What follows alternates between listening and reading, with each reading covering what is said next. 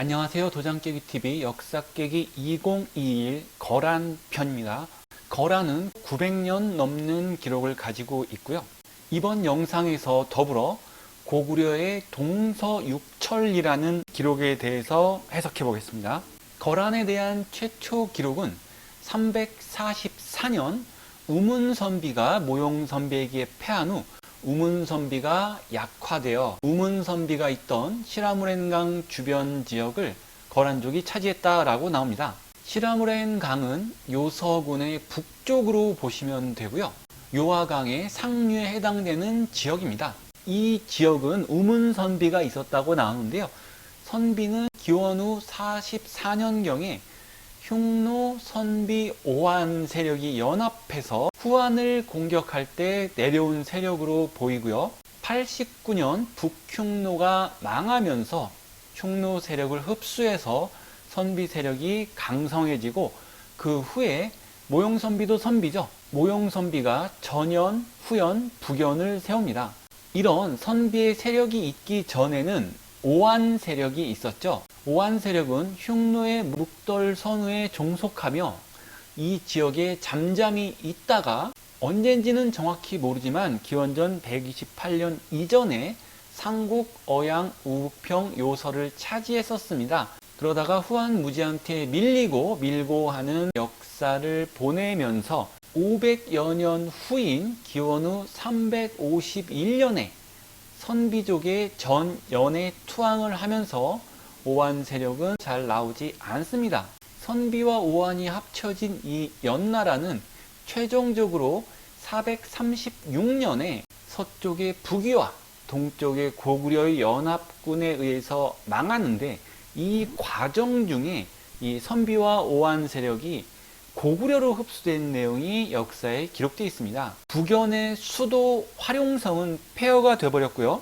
이 지역을 차지한 세력을 거란이라고 부릅니다. 649년에 영주에 거란족 추장 대하굴가가 있었다는 걸로 비추어 볼 때 이 조양 지역에 436년 이후 꾸준히 유입이 됐거나 그 후 어느 시점에 차지를 했다라고 판단이 됩니다. 북위 다음으로 동위와 북제, 북주, 그 다음에 수당 이렇게 이어지는데요. 북제 시절에 기록이 있습니다. 북제는 경제력을 배경으로 북방의 돌궐과 결탁에서 거란을 제압했다 이런 기록이 있습니다. 북제 시절에 거란이 어느 정도 세력이 있었다라고 판단해 볼 수 있는 기록입니다. 이 거란 세력에 대해서 연구자들은 대체로 거란이 동호선비족 우문부의 분파라고 이야기를 한다고 합니다. 우문부는 344년에 모용국에서 흡수를 했다고 알려져 있습니다. 저는 이 거란을 오한 세력 중심으로 보는데요. 351년에 고노관이 세력이 모용국에 투항했다고 나옵니다. 제가 오한 세력 주리로 보는 이유는 역사서에만 550년 이상 오한의 영역이었습니다. 물론 모용선비와 우문선비가 왔지만 오한 세력이 완전히 소멸되었다고 보기가 어렵다는 거죠. 이 초기 거란 지역은 모용선비의 외곽으로 보입니다. 그러면 모용선비의 외곽에 우문부 세력을 유지시키냐 오한 세력을 유지시키냐라는 관점으로 봤을 때 모용선비의 입장에서 우문부 세력을 북쪽에 남겨둘 이유가 없습니다.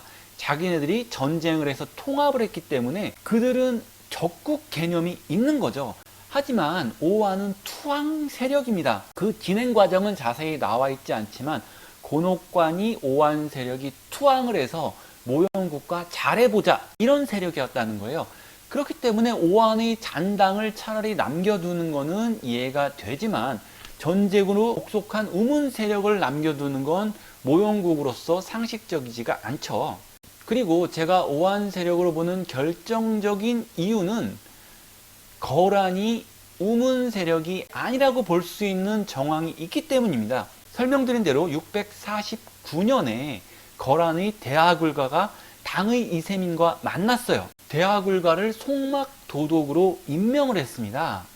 만약에 거란이 우문선비 계열이고 이 대하굴가가 우문 세력이라면 당의 이세민도 우문선비입니다.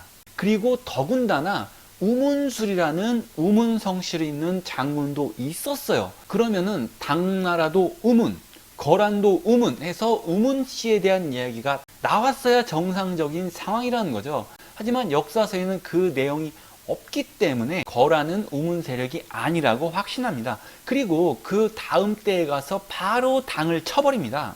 우문과 당나라의 연결고리를 보게 되면 시라모렌강 유역에 있었다고 하는 우문씨가 모용씨에게 통합이 됩니다. 이 모용선비가 탁발선비에 의해서 망하자 북위로 옮겨지게 됩니다.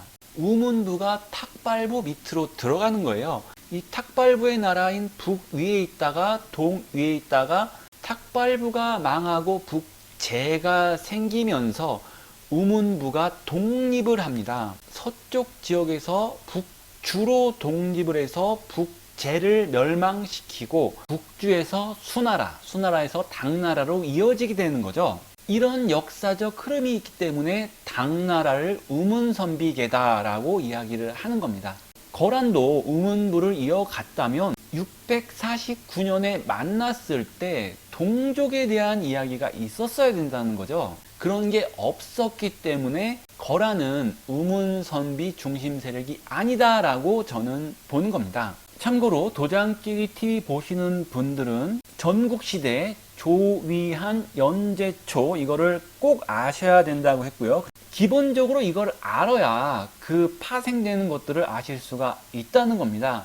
그리고 삼국지는 유기연예 라인을 알아야 그 좌우에 청주, 서주, 양주, 형주, 익주, 서량 이런 것들이 이해가 쉽다는 겁니다. 5호 16국 남북조 시대 어렵죠. 마찬가지로 여기에서도 연친년 위제주 일단 이것만 확실히 알고 가도 낫습니다. 동북 쪽의 나라죠.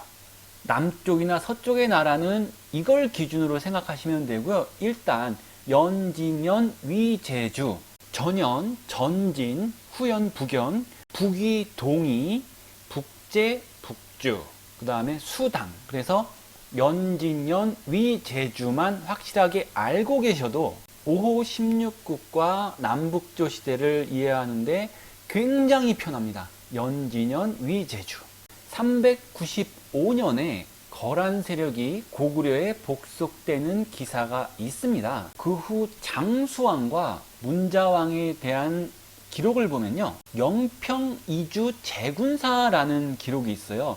이 이야기는 영주와 평주를 담당하는 왕이라는 거죠. 영주와 평주를 보면 상곡 우북평 요서 지역인 것 같아요. 남북조 시대 위제주가 북조에 있을 때 남조라고 불리는 송제양이라는 나라가 고구려가 영주와 평주를 지배한 것을 인정하는 겁니다. 많은 분들이 이 자귀를 남발한다라고 주장을 하지만 저의 생각은 일부라도 걸쳐서 점유를 했어야 이런 자기를 내린다라고 저는 보고 있습니다. 지금까지 다 그렇게 해석을 해왔고요. 크게 문제가 되는 점이 없었습니다. 여기서 의문이 되는 게 422년에는 분명히 북연이라는 나라가 이 영평주에 있었습니다. 북연이라는 나라가 436년까지 있었음에도 불구하고 장수왕은 422년에 영평이주 제군사라는 자기를 받았어요. 이 점에 대해서는 이런 해석이 가능합니다. 고운 북연의 왕입니다. 고운이 즉위하자 고구려 광개토 대왕은 408년에 사신을 보내 종족의 예를 베풀었으며 고운 역시 이에 화답하여 북연과 고구려는 화친하였다. 사실상 북연은 고구려의 속국이 된다. 즉 407년 후연 멸망 이후 세워진 북연에 대해서는 고구려의 속국으로 보는 관점이 있다는 겁니다. 그렇기 때문에 422년에 장수왕에게 영평이주 제군사가 내렸다라고 보는 거죠.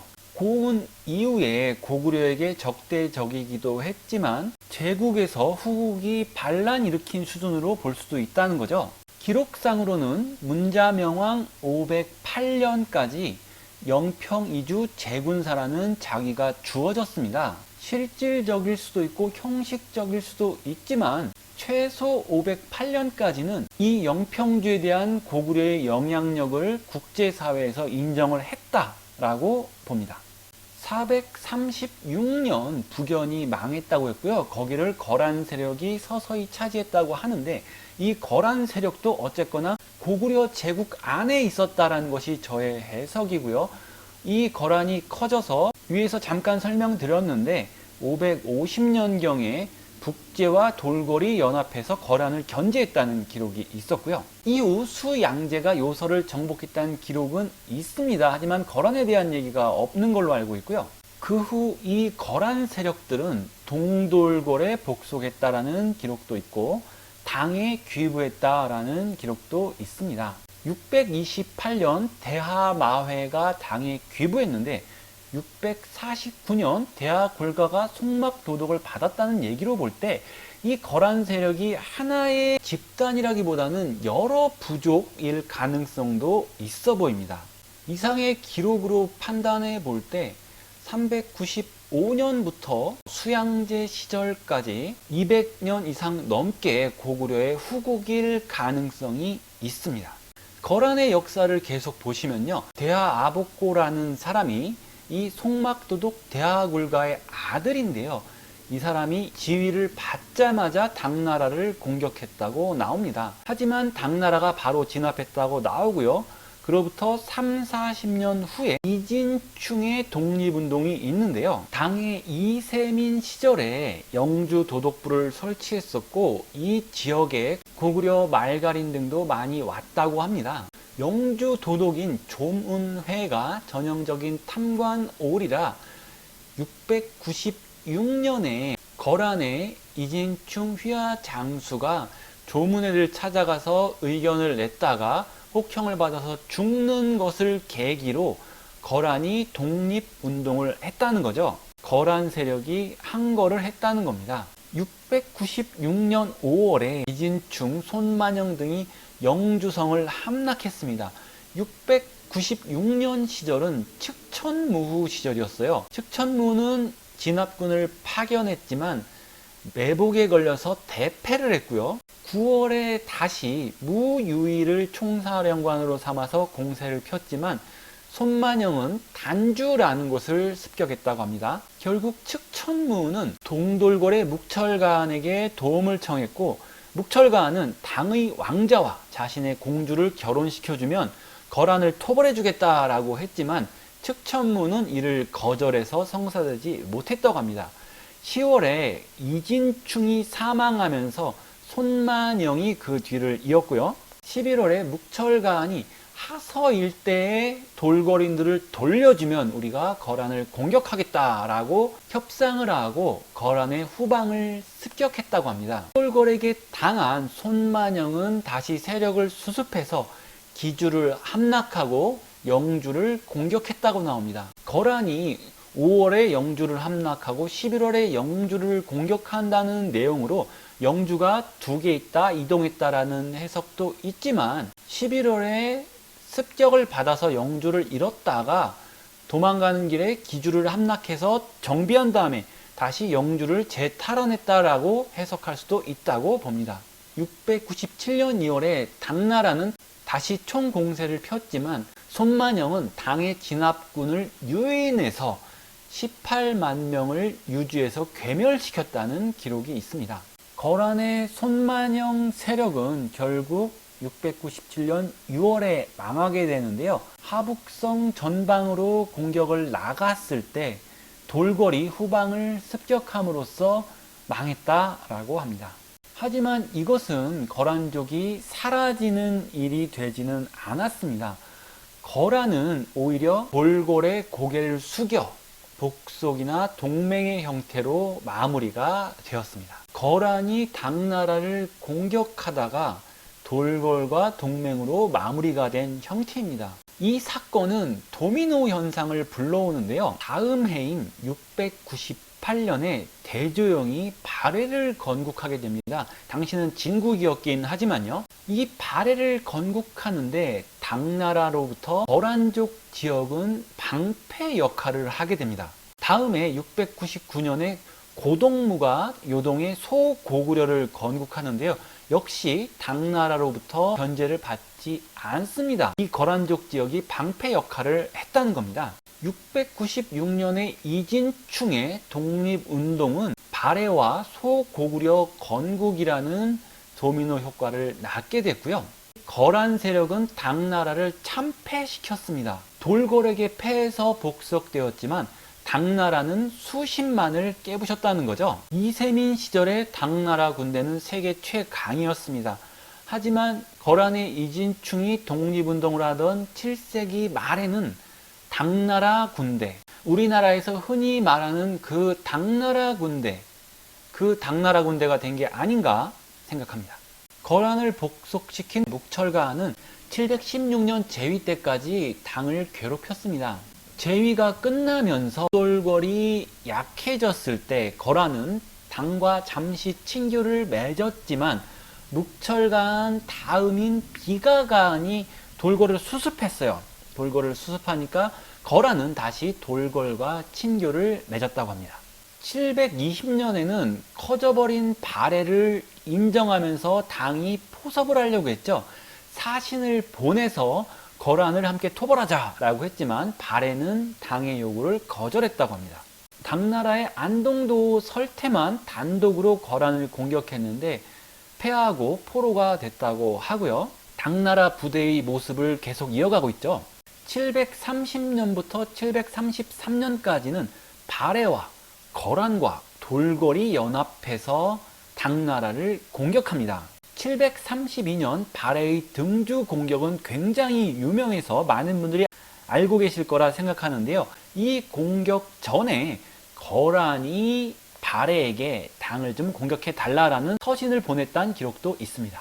744년에는 위구르의 반란으로 돌궐이 붕괴가 됩니다. 이때 돌궐 세력들은 일시적으로 거란에 복속하기도 했다고 합니다. 이후 위구르가 급성장하면서 위구르 2대 카간 갈르칸 시절에는 거란을 다시 굴복시켰다고 합니다. 돌궐도 당나라를 복속시켰지만 위구르의 기록이 조금 더 구체적입니다. 위구르는 거란을 100년 동안 통치했다라고 나오고요. 당나라에게 세 패를 받은 걸로 유명합니다. 이때의 당나라는 위구르의 조공국이다라고 봐도 무난할 것 같습니다. 당나라가 약했던 시절에 바로 이정기의 제나라가 활동할 수 있었죠. 696년부터 당나라는 당나라 부대 그 자체였다고 보시면 돼요. 이정기가 대단하지 않다는 게 아니라 당나라가 약했다라는 것도 역사적으로 팩트라는 겁니다. 위구르에게 매년마다 바치는 곡물, 패백이라는 의미에서 연공, 세공, 세패라고 한다. 교과서에 이제 세패라는 이야기가 나오는데요. 매년 곡물을 바치는 조공국이었다는 이야기예요. 가장 인상적인 기록 중에 하나가 위구르 3대 등리가한에게 당 8대 대종이 조공했다는 기록이 있는데요. 원래는 말 한 마리당 비단 한 필로 이렇게 견마무역을 했었다고 합니다. 그런데 위구르가 말 한 마리당 비단 40개를 내놔라 그래 놓고 말을 막 보냈다는 거예요. 이거를 현대로 바꿔보자면 미국의 아이폰을 100만원 주고 사다가 미국에서 아이폰 4천만원이야 그러면서 아이폰을 막 보내요. 아이폰을 1500만 대를 보냈어요. 그것 곱하기 4천만원에서 다 냈다는 이런 얘기입니다. 당나라는 그런 무역을 했다는 거예요. 당나라는 뭐 식물 당나라 수준이고요. 위구르도 840년에 키르기스족에 의해서 붕괴가 됩니다. 이때를 기회로 삼아 성장한 게 바로 거란입니다. 840년에 거란은 오고, 시리 등 북쪽의 부족을 복속시키고요. 895년에 만리장성 밑에 유주를 점령합니다. 그리고 그 유명한 야율 아보기가 906년에 연맹장 카간으로 즉위합니다. 때마침 당나라가 완전 멸망합니다. 907년 황소의 반란을 진압한 주전충에 의해서 멸망을 당합니다. 이후를 5대 10국이라고 부르죠. 903년, 918년, 15년 동안 요동을 놓고 발해와 엄청나게 싸웁니다. 최후의 승자는 요나라가 됩니다. 요동 일대를 요나라가 점령하게 되고요. 916년에 야유라보기는 황제라고 칭하고 국호를 거란이라고 합니다. 이후에 요나라, 거란 이렇게 혼용하고 있습니다. 916년에는 서쪽으로 갑니다. 남북을 어느 정도 점령한 거란은 916년 서쪽으로 갑니다. 돌궐, 탕구트, 사타부락을 평정하고요.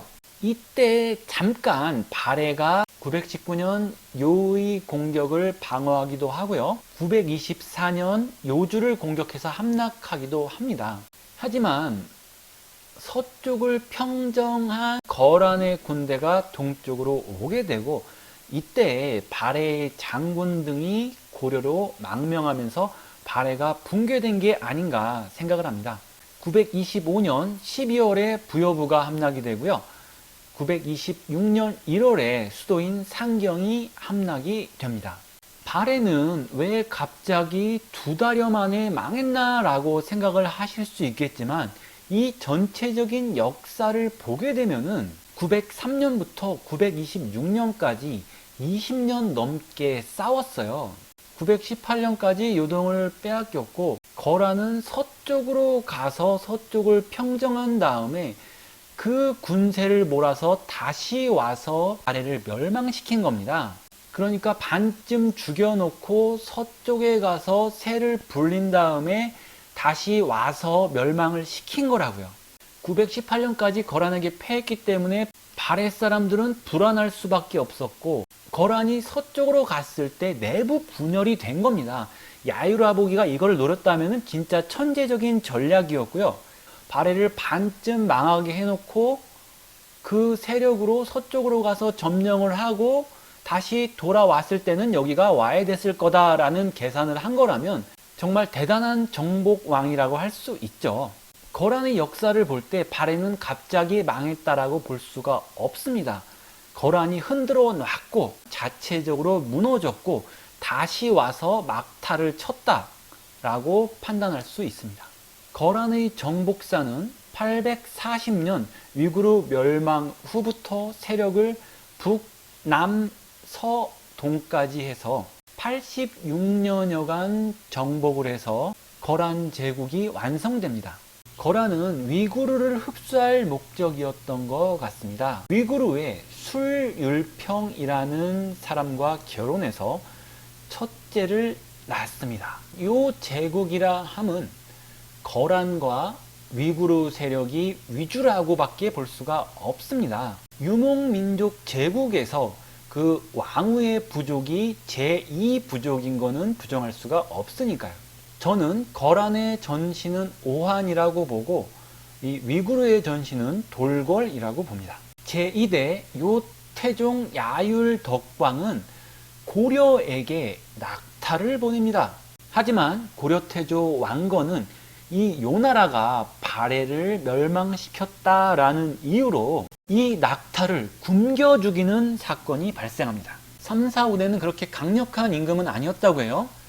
6대 요 성종 때 소선영의 1차 침입이 있습니다. 서희 단판으로 유명하죠. 이때 소선영의 주장은 고구려의 옛 땅은 우리 거란 것이다 라고 해서 고구려와의 관계를 주장한다는 겁니다. 즉, 요 태종도 고려와 잘해보려고 했고 요 성종 시기도 고려와 요나라는 사실상 고구려라는 연결고리가 있다는 것을 언급했다는 거죠.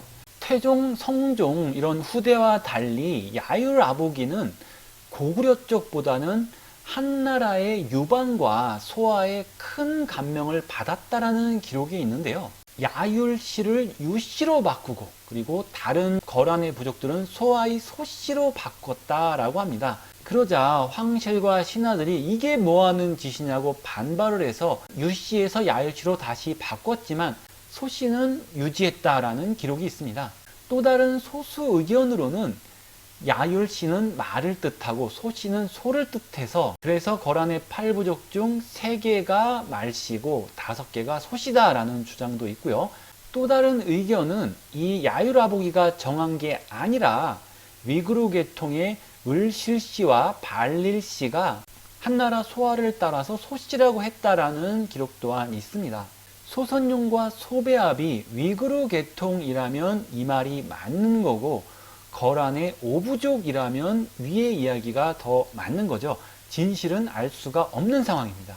중요한 거는 요태조는 한나라를 좋아했다라고 볼 수도 있지만 요태종 이후로는 고구려, 고려에 대한 동질감이 더 컸다라고 보여집니다. 야유라보기가 죽고 요태종 때 야유라보기의 부인이라고 한 이 술율평이 정권을 장악했는데요. 왼쪽 위의 사진은 술율평이 아닙니다. 술율평 그림이 없었고요.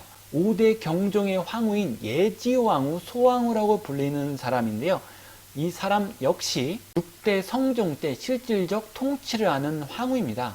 술율평은 2대 때 실권자이고 소왕후는 6대 때 실권자라고 보시면 돼요.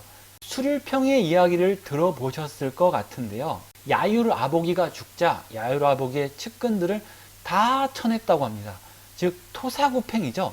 어떤 신하가 술율평에게 이야기를 합니다. 우리 민족은 순장의 풍습이 있어서 지금 야유라보기의 신하들을 다 순장시키고 있는데 정작 황후인 당신은 같이 순장되지 않고 있습니다 라고 이의를 제기하자 한쪽 팔을 잘라서 나도 이 나라를 반석 위에 세운 후 쫓아가겠다라고 답변을 한 사건으로 굉장히 유명합니다. 이 술율평의 정치는 여치 유방의 부인 고왕후 여씨와 소화를 합쳐놓은 수준이라는 역사적 평가가 있고요. 참고로 유방의 황후 여치는 자기 팔을 자른 게 아니라 후처인 척씨 부인의 팔다리를 잘라서 돼지인간이라는 사건으로 또 유명합니다. 이런 걸 갖다 붙이는 거라고 합니다. 907년 당이 멸망하고 5대 10국 시대가 된다고 했는데요. 제가 이번 동영상에서 5, 16국과 남북조의 북조를 연진년 위제주라고 말씀을 드렸는데 이거를 알아두시면 좋겠고 5대 10국 시대로 양당진 한 주를 알아두시면 좋습니다. 5대 10국을 간단히 말씀드리면 당나라의 중심부에 이 양당진 한 주 5개의 나라가 이어졌고요. 그 주변에 10개의 나라가 생겼다라는 이야기입니다. 위구르에게 망했다라고 하지만 돌궐족들은 사라지지 않았죠. 그 돌궐족들이 위구르나 당나라나 요나라 쪽으로 이어졌다가 그 세력들이 다시 당의 중심부를 점령해서 세운 나라가 후당, 후진, 후한으로 보고 있습니다. 후당을 멸망시킨 후진은 사실상 요나라의 속국이었습니다. 요나라가 후당을 멸망시키고 후진이라는 제후국을 당나라 중심부에 세운 거죠. 그러면서 북쪽의 연운 16주는 요나라의 소속이 됩니다. 그러니까 후당을 석경당과 요나라가 나누어 먹은 개념이라는 거예요.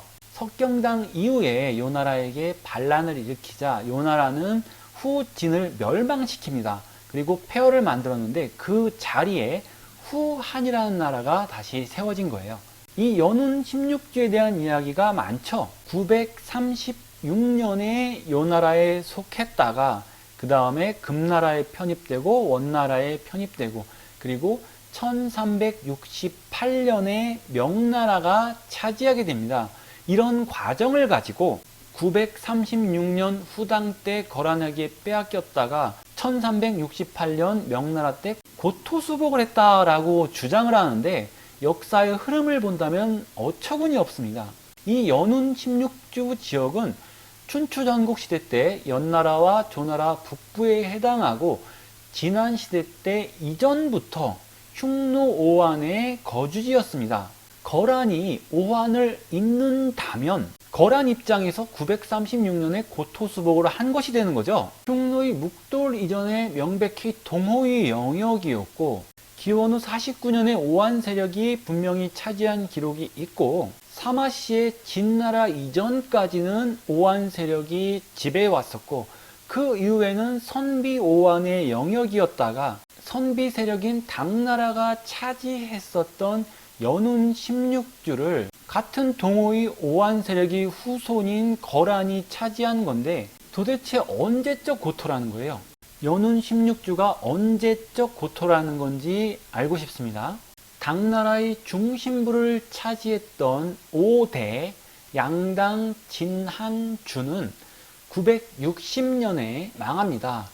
후주를 이은 송나라가 10국을 통합한다고 보시면 되겠는데요. 송나라의 조광윤이 다 통합하지 못하고 5월과 북한을 남깁니다. 5월과 북한은 이대 태종이 통합을 하는데요.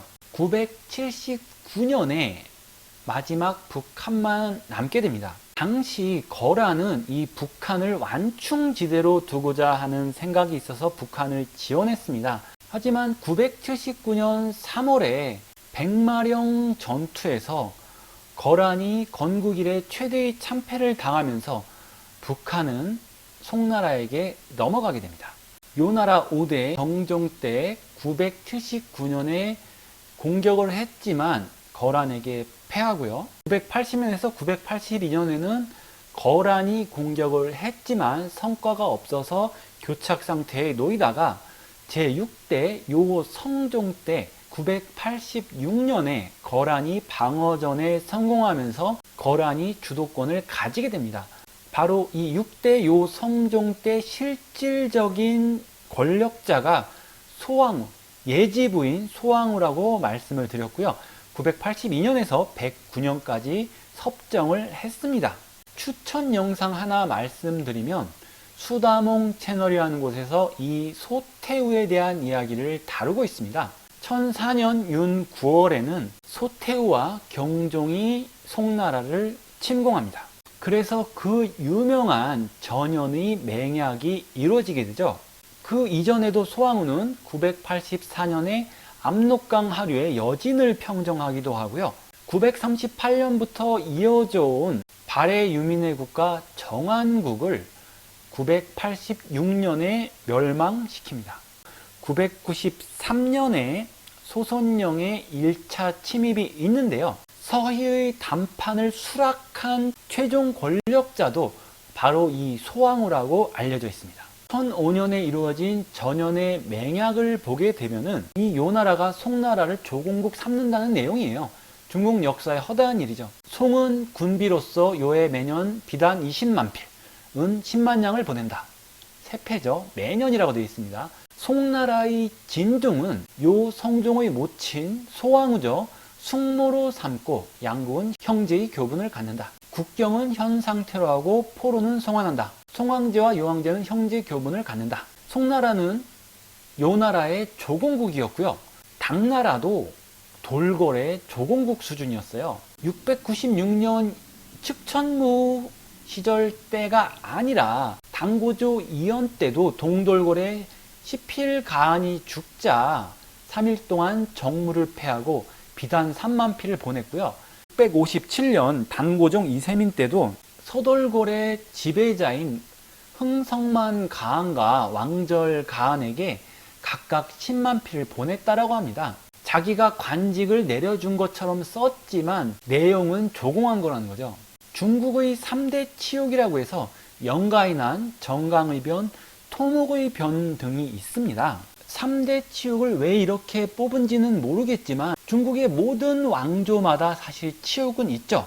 한고조 유방도 흉노 목돌에게 충성 맹세를 했고 한무제 유철도 흉노의 호록고에게 조공을 맹약했고요. 사마염의 진나라도 흉노의 전주에게 굴욕을 당했고요. 말씀드린 대로 당고조와 당고종도 돌궐에게 조공을 했습니다. 당대종은 위구르에게 견마무역을 했다라고 하지만 사실상 비단을 뺏긴 거죠. 당덕종도 외교적인 문제에 있어서 일방적으로 피해 보상을 한 사례가 있고요. 방금 나왔던 전연의 맹, 송나라 진종도 요나라 성종에게 조공국이 됐습니다. 송나라 인종 시절에는 서하라는 나라가 생겼는데요. 이 서하에게 은 5만 양, 비단 13만 피를 조공하게 됩니다. 그러자 요나라가 우리는 더 내놔라. 그래서 은 20만 양, 비단 30만 필로 조공량을 증가시키죠. 나라 이후 금나라 시절에도 송나라는 역시 치욕을 당합니다. 정강의 변이라고 하고요. 휘종과 흠종이 언행된 사건입니다. 그리고 명나라 영종도 원나라 오리아트에게 토목의 변이라는 망신을 당합니다. 1449년 황제가 포로가 되는 사건입니다. 삼하염의 찐나라와 송나라, 명나라를 3대 치욕으로 여기는 것은 이 찐나라, 송나라, 명나라를 한족 국가로 여기는 심리가 바탕이 되지 않았나 생각을 해봅니다. 한고조 유방도 사실상 남방계고요. 당나라도 선비족 북방계입니다. 중화의 역사를 보면 흉노에게 조공국, 선비는 정복을 했고요. 정복왕조라고도 하죠. 돌궐에게 조공하고 위구르에게 조공하고, 요나라는 정복왕조이면서 조공도 받고 서하에게 조공하고, 금나라, 원나라, 정복왕조, 조공하거나 정복당하거나의 역사로 이어집니다. 우리나라도 정복당하는 역사에 대해서 자유로울 순 없습니다. 하지만 우리나라만 정복당하는 역사가 있는 게 아니라 중국도 다 정복당하는 역사다. 이 점을 간과해서는 안 된다는 겁니다. 1005년 송나라는 조공국이 되고요. 요 나라는 이후 요 흥종, 요 도종, 천조제 시절의 부패의 역사를 걷게 됩니다. 이런 기회를 잡은 나라가 서쪽의 서하, 동쪽의 금나라입니다. 서하가 세워졌는데 요 나라가 서하를 공격해도 서하가 방어에 성공합니다. 요 나라를 막아낸 서하는 송나라에 가서 조공을 하라고 하죠. 송나라는 서하에 조공을 하게 되는데 요 나라에서 야, 너네 서하에게 조공을 해? 우리한테는 더해. 이런 서하 덕에 요 나라도 조공을 2배 가까이 받게 됩니다. 다음 영상은 하상주의 그 하나라로부터 바로 이 서하로 알아보는 한족의 변천사가 되겠습니다. 저는 영평주 제군사나 낭랑군공, 그냥 그 이름을 아주 연관이 없는데 갖다 붙이는 게 아니라는 겁니다. 이 서하도 분명 하나라와 연관이 있거나 있다고 생각을 했기 때문에 서하라고 이름을 붙였다고 보고요. 그것을 파악하는 영상을 만들겠습니다. 1122년 조제 야율 아과가 도망가자 야율순이 부교를 세우는데요. 부교의 황제 영종이 부하들에게 살해를 당하자 금나라의 태종이 부교를 멸망시킵니다. 이 금태종은 1125년에 송나라와 동맹을 맺고 도망간 요나라를 공격해서 요나라를 멸망시킵니다. 어쨌거나 요나라는 북요보다 늦게 멸망을 했고요. 둘 다 금태종에 의해서 멸망을 당했습니다. 서쪽으로 도망가서 세운 나라가 카라키타이라고도 불리는 서요가 되겠습니다. 요 나라를 잇는 것은 이 서요라고 볼 수도 있습니다. 100여 년 후 북방의 몽골이 이 금나라를 공격합니다. 이때를 틈타서 동요국, 대요수국 등이 세워지는데요. 역시 이 나라들도 몽골이 공격을 하는데 몽골 투항에 반대한 대요수국의 일부 세력이 1216년에 압록강을 건너 내려왔다라는 거죠. 1219년에 평안남도 강동성에서 5, 6만 명이 생포됐고 그중 일부가 원주, 제천, 충주 등으로 이주했다라는 기록이 있습니다. 요 나라의 세력이 금나라에 있다가 몽골 복속을 거부하고 한반도로 남아있다라는 거죠.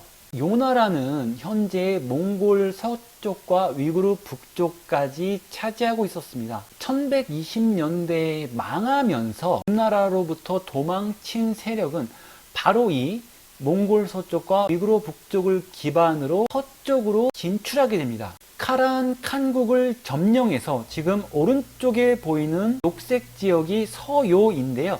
이 서요는 서쪽으로 셀주크 투르크와 인접하게 됩니다. 셀주크 투르크는 1040년에서 1157년까지 있었던 나라로 1141년에 서쪽으로 진출한 서요에게 대패를 하면서 호라짐이 반란하는 등 내분을 겪게 됩니다. 1152년에 국가가 분열되고요.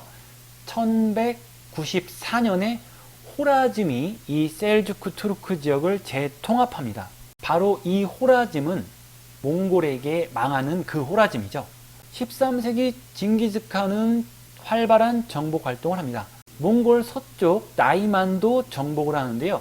이때 징기즈칸에게 패한 나이만의 타양칸의 왕자 쿠출루쿠가 서요로 귀부를 합니다. 그런데 이 쿠출루쿠가 세력을 키워서 호라즘과 연계해서 이 서요를 멸망시키고 찬탈을 해요. 7년 뒤 몽골의 제베가 이 쿠출루쿠를 공격을 하자 원래 여기에 살던 서요 사람들이 제베를 환대를 해서 쿠출루쿠가 사망하게 됩니다. 결과적으로 서요는 쿠출루쿠에 의해서 망했고, 그 쿠출루쿠가 미워서 징기스칸 몽골을 받아들인 형태가 된 것입니다. 서요로 가지 못한 거란 유민들은 아까 말씀드린 대로 대요수국을 통해서 한반도로도 왔지만, 중앙일보 신문 내용에 보면 거란족의 유전자를 비교해 보니까 다얼족과 비슷하다라고 해서 요나라는 자신들을 멸망시킨 금나라를 증오해서 몽골과 손을 잡았고, 몽골이 성장하면서 거란족은 원나라가 편성한 부대의 선봉으로 배치돼서 세계 곳곳으로 파견됐다라고 하는데, 이것만 옳다라고 보지 않습니다. 다월족이 헤이룽장성과 윈난성에서 발견이 되었다고 했지만 그 후에 내몽골이나 신장 지역에서 발견이 됐어요. 그래서 이 거란족은 사실상 옛날의 요나라 위치와 일치를 합니다. 물론 이동한 사람들도 있겠지만 거기에 남은 사람들도 있다는 거죠. 거란은 동호를 계승했다라고 합니다. 우문부 역시 오한과 무관할 수 없고요. 거란과 우문의 후예인 당과의 연계성이 기록되어 있지 않는 걸로 봐서 저는 오한 쪽에 무게를 더 둡니다. 무엇보다도 거란이 발언했다는 지역이 오한 지역이라는 것은 100% 팩트입니다. 오한 편을 보면 아시겠지만 기원 전부터 흉노와 상국군을 경계로 동편에 있었고, 학단 시절에는 삭방군 지역까지도 차지했다는 기록이 있지만 전체적으로 볼 때는 안문군 동편까지 오한 영역이었다고 판단할 수 있습니다. 모용선비가 성장하면서 351년에 오한 고녹관이 세력이 전현에 항복한 기록이 있습니다. 이후 395년에 고구려에게 복속되었다고 합니다. 이것은 한국이나 중국의 사이트가 아닌 인도 유로피언 EU라는 사이트인데요. 기원전 1250년경부터 750년경까지 요령식 청동급 문화권이라는 표시가 있습니다. 유물유적으로 요서에서 한반도까지를 비파형 동검 문화권으로 세계가 인정한다는 거예요. 우리가 이것을 고조선이라고 부르지만 고조선 제국으로는 세계적으로 인정은 안 된다는 겁니다. 고조선 문화권 정도로 이야기하는 게 무난하지 않을까 생각을 하고요. 상나라도 실제로 통치 지배하는 영역은 굉장히 작았습니다. 이 위쪽의 영역을 문화권 개념으로 파악해야 정확하다 생각합니다. 오한과 거란은 고조선 문화권에서 발원한 나라입니다. 정치적인 요소가 있을 수도 있지만 요나라가 고구려의 후예임을 주장했던 것 또한 팩트입니다. 고구려가 고조선을 계승한 이유를 만일 고구려가 고조선의 영역을 회복했기 때문에 라고 답한다면 고구려의 영역을 회복한 건 요나라다라는 소선영의 말에 대해서 어떻게 답변하실 겁니까? 제가 생각하는 정답은 고구려를 계승한 건 고려, 요나라, 발해 등이고 고조선을 계승한 건 부여, 고구려, 마한, 가야, 신라 등이다. 이것이 저의 답입니다. 이 질문에 대한 여러분의 댓글을 환영합니다.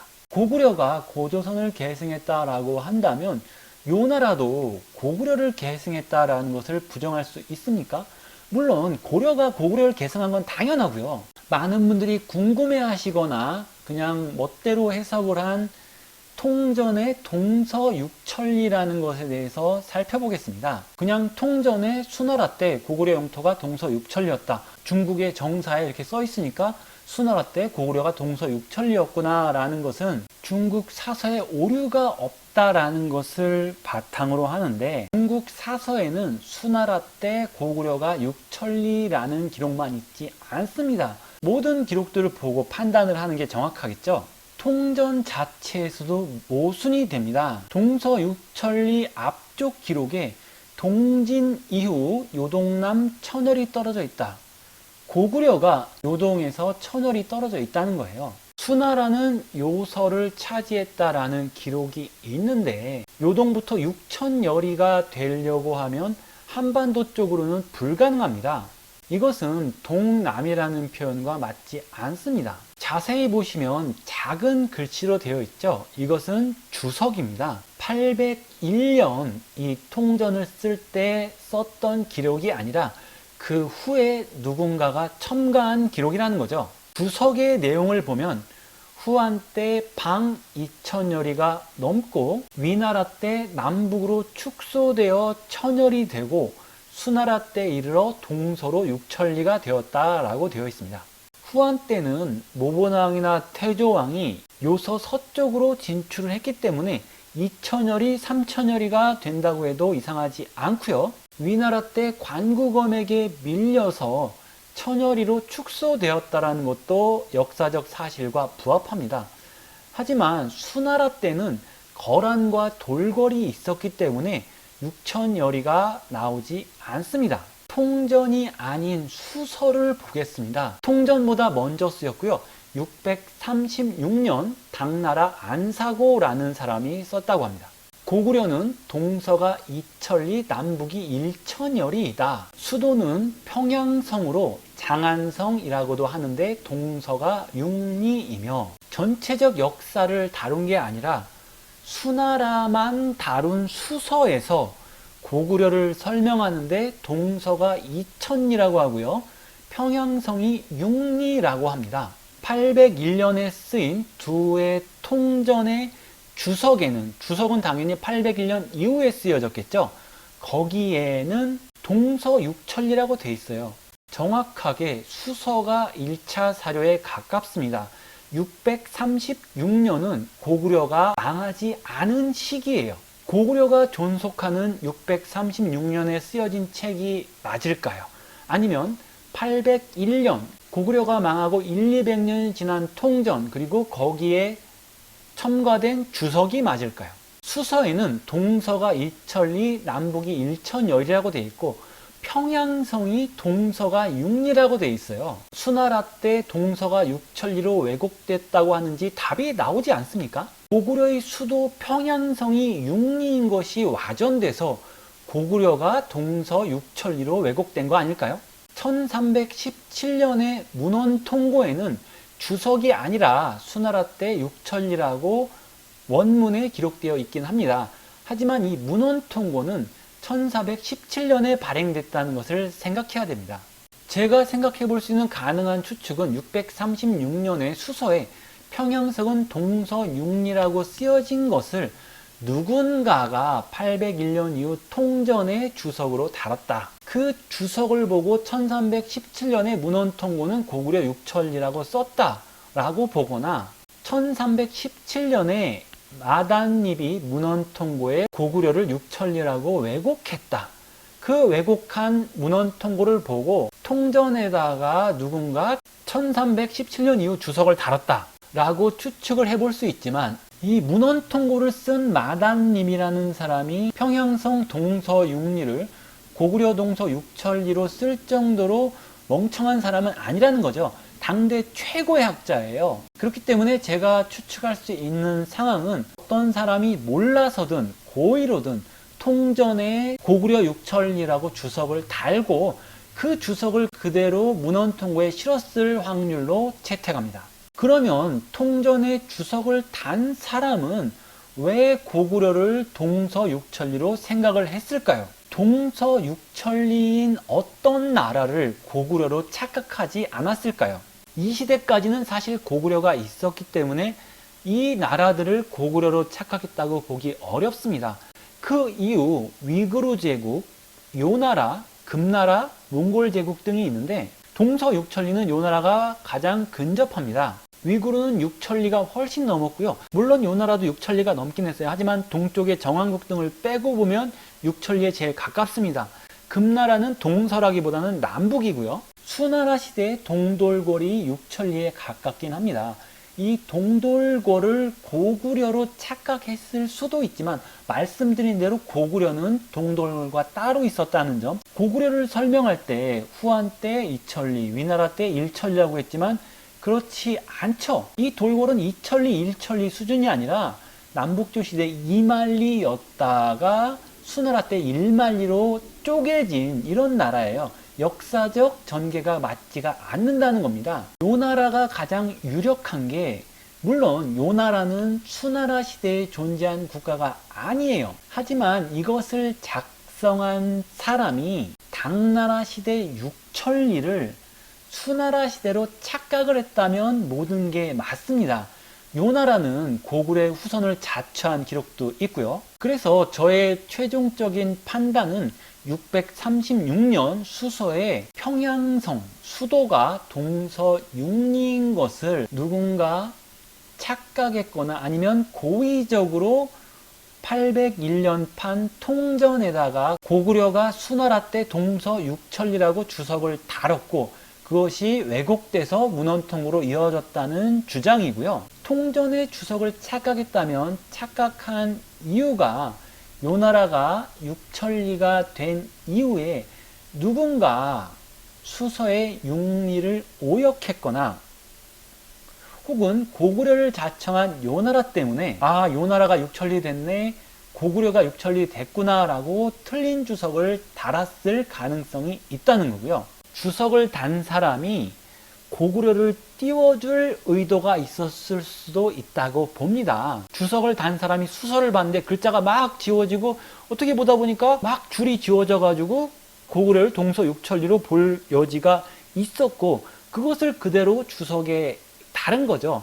그렇게 고구려를 동서육천리로 하면 수나라가 멸망당한 게 설명이 되잖아요.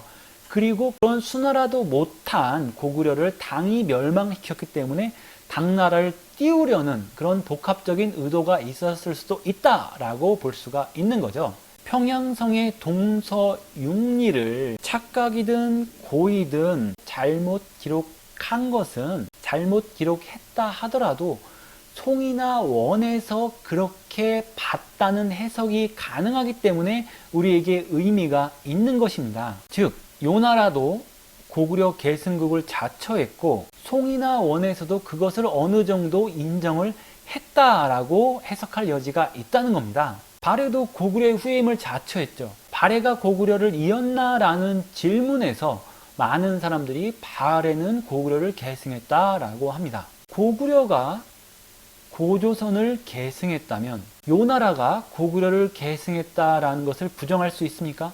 물론 마한도 고조선을 계승했고 고려 역시 고구려를 계승한 건 당연하다는 전제를 깔고 갑니다. 역사학계에서 고구려, 마한, 가야 등이 고조선의 후예라는 것에 대해 부정하는 사람은 없습니다.